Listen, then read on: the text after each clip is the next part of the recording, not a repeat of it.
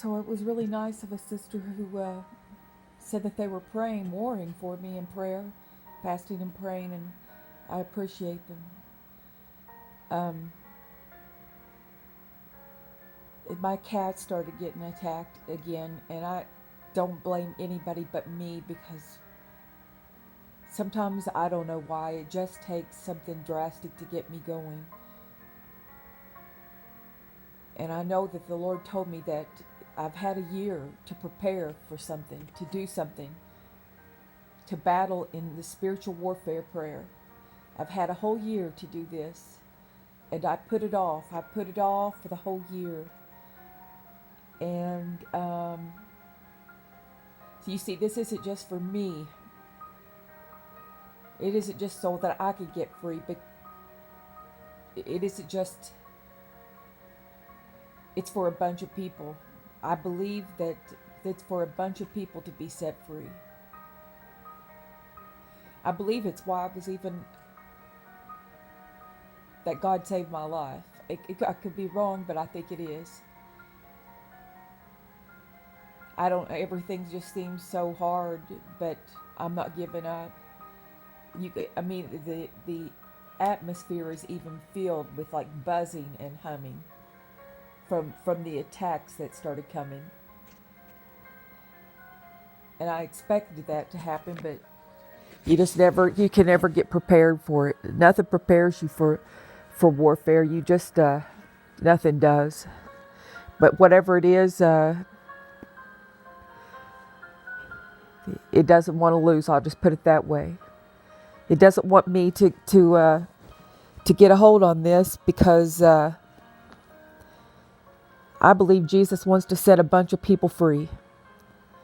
I believe that he's sick and tired of people who do want to get free being caught up in a trap, having people destroy them to try to get out of the occult or any of these secret societies. They're being kept from getting out. Their children are being kept. If they do, you get caught up in any one of these traps or become a target of them for whatever reason, especially if you're way deep inside and you try to come out. It's unbelievably hard. You don't do it without Jesus. Let's just put it that way. And I know that there are people out there who know exactly what I'm talking about. You don't just walk away from this.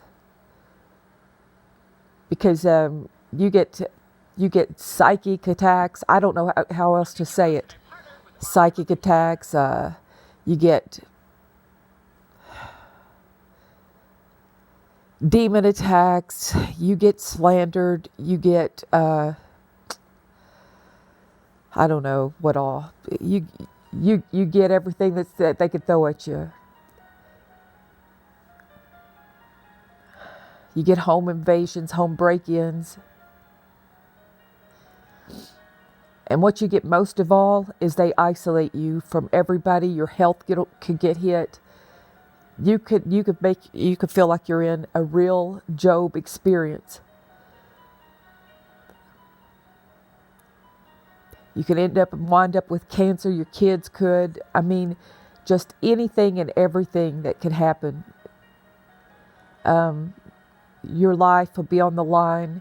I've even been driving when this first started, and there's some wild stuff I could tell you, and I won't go into there. I don't want the drama, but I will tell you that there are things that they put hits on your life, and you could have such a demonic attack. You'd be driving down the road, and a demon would try to take hold of your wheel to wreck you, to make you wreck. I mean, people don't understand. I see them all the time making fun of people like MK Ultras and stuff and these celebrities and things like that. But they have no compassion for these people. Not really. And what it would take to walk away. And then you do walk away and they have no compassion for you.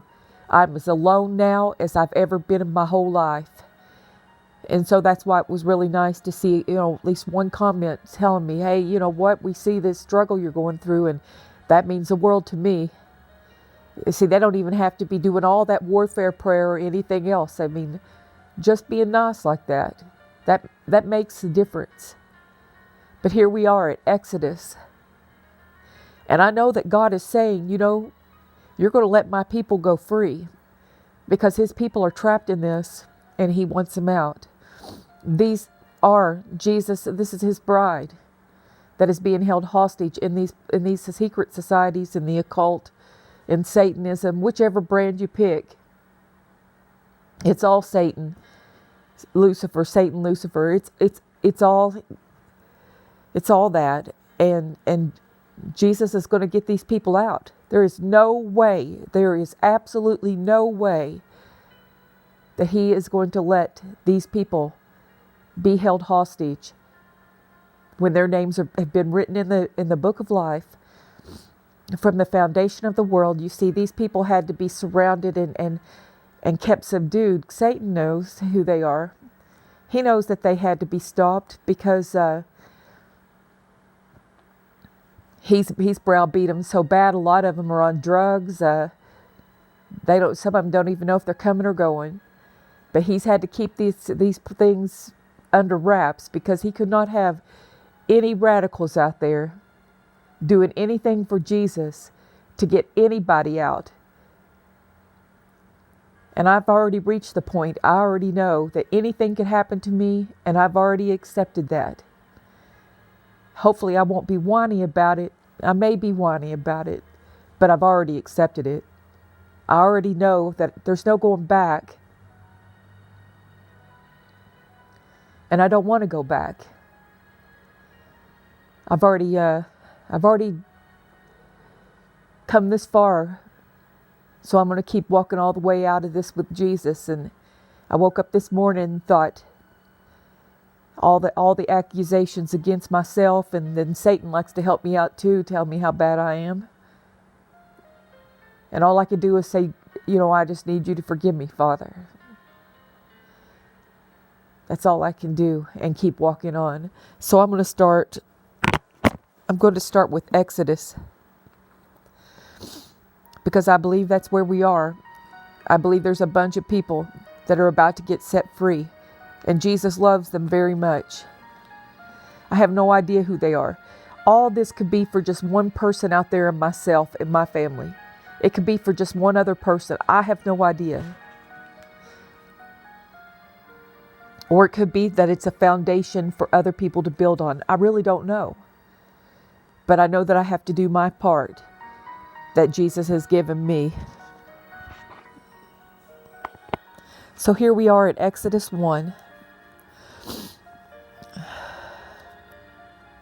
Of course, I can't see because of the light.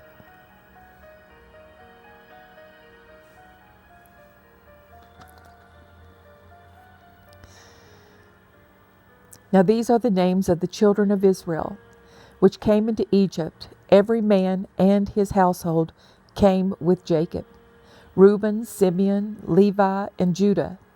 Issachar, Zebulun, and Benjamin. Dan, Naphtali, Gad, and Asher. And all the souls that came out of the loins of Jacob were 70 souls, for Joseph was in Egypt already. And Joseph died, and all his brethren, and all that generation. And the children of Israel were fruitful, and increased abundantly, and multiplied, and waxed exceeding mighty, and the land was filled with them. Now there rose up a new king over Egypt, which knew not Joseph. And he said unto his people, Behold, this people of the children of Israel are more and mightier than we. Come on, and let us deal with them, lest they multiply. And it come to pass that when there falleth out any war, they join unto the enemies and fight against us. And so we get them up out of the land. And you just think of that, and they fight against us. Doesn't that just sound like Satan? To take the people of God and put taskmasters over us, and all these burdens. keeping us busy with every kind of problem, any kind of thing, anything that would cause us to not reach out to God and to get free. Isn't that just like him? He just making a battle plan right here against us, just like he did back in Exodus. Therefore they did set over them taskmasters to afflict them with their burdens.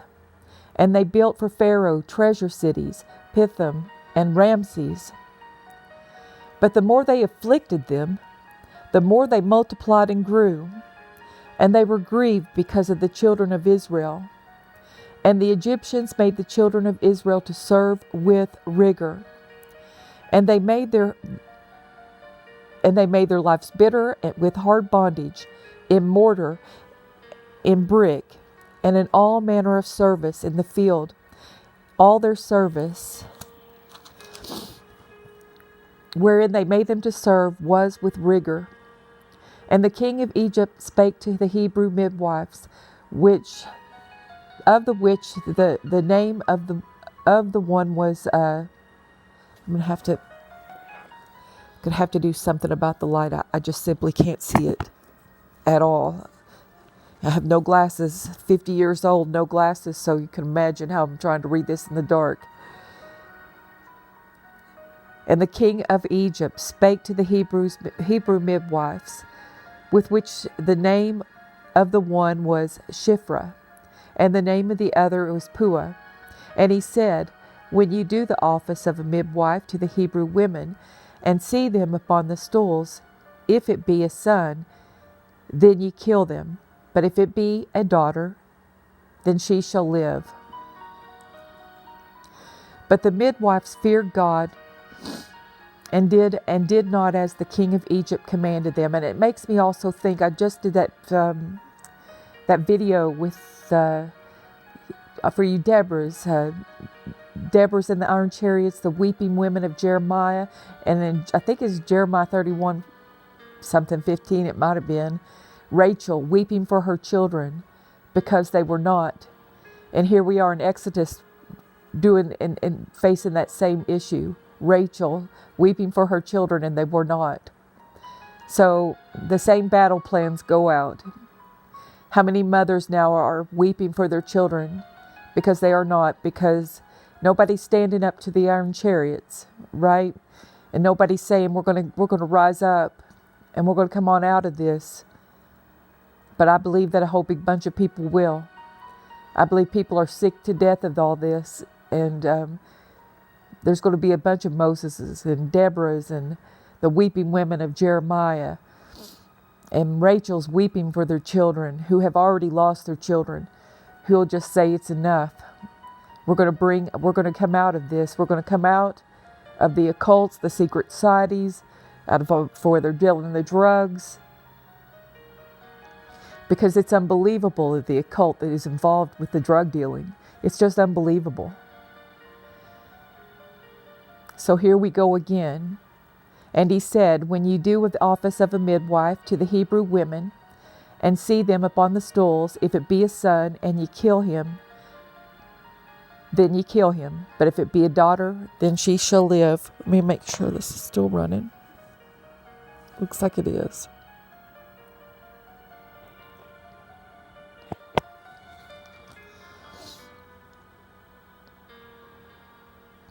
And the king of Egypt called the midwives and said unto them, why have ye done this thing? And saved the men children alive. And the midwives said to Pharaoh, because the Hebrew women are not as the Egyptian women, for they are lively, and are delivered ere the midwives come in unto them. Therefore God dwelt with the midwives, and the people multiplied and waxed very mighty. And it came to pass, because the midwives feared God, that he made them houses. And Pharaoh charged all his people, saying, every son that is born ye shall cast into the river, and every daughter ye shall save alive. Okay, so I don't get this too lengthy, I'll come back with